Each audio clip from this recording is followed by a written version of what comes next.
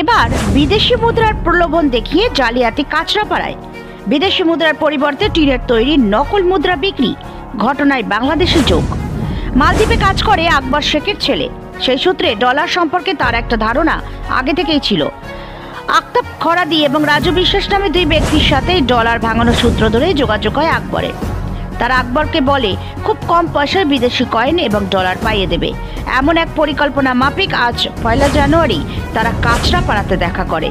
1 লক্ষ টাকার বিনিময়ে 557টি কয়েন ও একটি 100 সৌদি রিয়াল আকবরের হাতে তুলে দেয়। কিন্তু কয়েন হাতে নিয়ে আকবর বুঝতে পারে সব কয়েন নয়, বরং সেগুলো ছোট ছোট সাইজের টিনের চাকতি। কিন্তু ততক্ষণে চম্পট দেয় ওই দুই ব্যক্তি। আকবর ছুটে যায় বীজপুর থানায়। বীজপুর থানাতে অভিযোগ দায়ের হওয়ার মাত্র 3 ঘন্টার মধ্যে গ্রেপ্তার করা হয় 2 জন অভিযুক্তকে। অভিযুক্তদের কাছ থেকে উদ্ধার করা হয় নগদ 48,500 টাকা, 2টি মোবাইল ফোন, বেশ কিছু জাল নথিপত্র, টিনের কয়েন তৈরি করার সরঞ্জামাদি।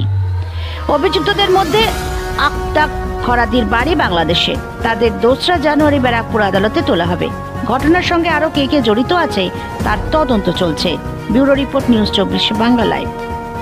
1 লাখ টাকা কার থেকে নিয়েছিল? হ্যাঁ হ্যাঁ, কেন কেন কি কারণে নিয়েছিল?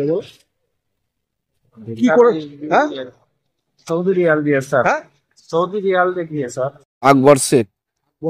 কি করেন আপনি? আমি তাঁতের কাজ করি। বাড়ি কোথায়? বাড়ি সুতরাগড় মালঞ্চপাড়া, শান্তিপুর। শান্তিপুরে বাড়ি। তো কিভাবে টাকা খোয়া গেল কার থেকে? টাকা কালনারপুরের সঙ্গে আমার সঙ্গে দেখা হয়, ওই যে ছেলেটাকে ধরে নিয়ে এসছে। নাম আমি ঠিক বলতে পারলাম না, আমি নাম আমি বলিনি। তা যাই হোক, তোমার কি আমিও লোভে পড়ে আমি বলেছি যে হ্যাঁ টাকার বদলে টাকা দেবো, যতক্ষণ নেবো। এইভাবে বলে আমার সঙ্গে 1 লাখ টাকা নিয়ে নেয়। 1 লাখ টাকা কি বলে দেবো? ওই টাকার বদলে টাকা দেবো। 1 লাখ টাকার বদলে কত টাকা দেবো? ওই যে 600 এরিয়াল। এইবার তোমার কি আমাকে একটা টাকা দেখিয়ে এইবার টাকাগুলো আমাকে বলে কি যে এইবার তাহলে টাকা নিয়ে আয়। দিয়ে টাকাটা নিয়ে এসে আমি বলছি কালনানপুর দিই, বললো না কাঁচরাপাড়ায় চলে আয়। দিয়ে কাঁচরাপাড়ায় এসে এই মন্ডল বাজারের এখানটায় একটা মাছের মার্কেট আছে, ওই গলিতে নিয়ে গিয়ে আমার সঙ্গে টাকাটা কেড়ে নেয়। 1 লাখ টাকা দিয়ে টাকাটা কেড়ে নিয়ে বললো কি যে চা চলে যা। দিয়ে আমাকে একটা ফলস একটা ব্যাগ দেয়, তাতে কিচ্ছু নেই। দিয়ে আমি বাধ্য হয়ে থানায় আসি। থানাতে সিসি ক্যামেরায় ওনাকে দেখেছে, দেখে খানিকটা পরে ধরা পড়ে যায়। আপনার সঙ্গে এদের পরিচয় কিভাবে হলো? ওই যে বললাম কালিনানপুর, তোমার গিয়ে ওর সঙ্গে আমার সঙ্গে পরিচয় হয়েছে। কিভাবে? কালিনানপুর কোথায়? কালিনানপুরের স্টেশনেতেই ছিলাম। পরিচয়? হ্যাঁ, পরিচয়। পরে কি বলে? বললো আমার বাড়ি। তুমি আমি বললাম তোমার বাড়ি? তা বললো কি আমার বাড়ি পালপাড়ায়, স্কুলের পাশে আমি থাকি। এই বলে একটা পরিচয় হয়। কি বলে যে টাকাও বেশি করবো? হ্যাঁ। আপনি 1 লাখ টাকা কেন নিয়ে আসলেন এখানে? এইটাই তো আমি অন্যায় করেছি। আমি আপনার কাছে বারবার বলে যাচ্ছি আমি অন্যায় করেছি, আমি অন্যায় করেছি, আমি তো বলছি। কি চাইছেন এখন? কি চাইছেন এখন? একজনা বলছে যে 48,000 টাকা একজনের সঙ্গে আদায় করেছে, 2 জনা ভাগ করে নিয়েছে টাকাটা।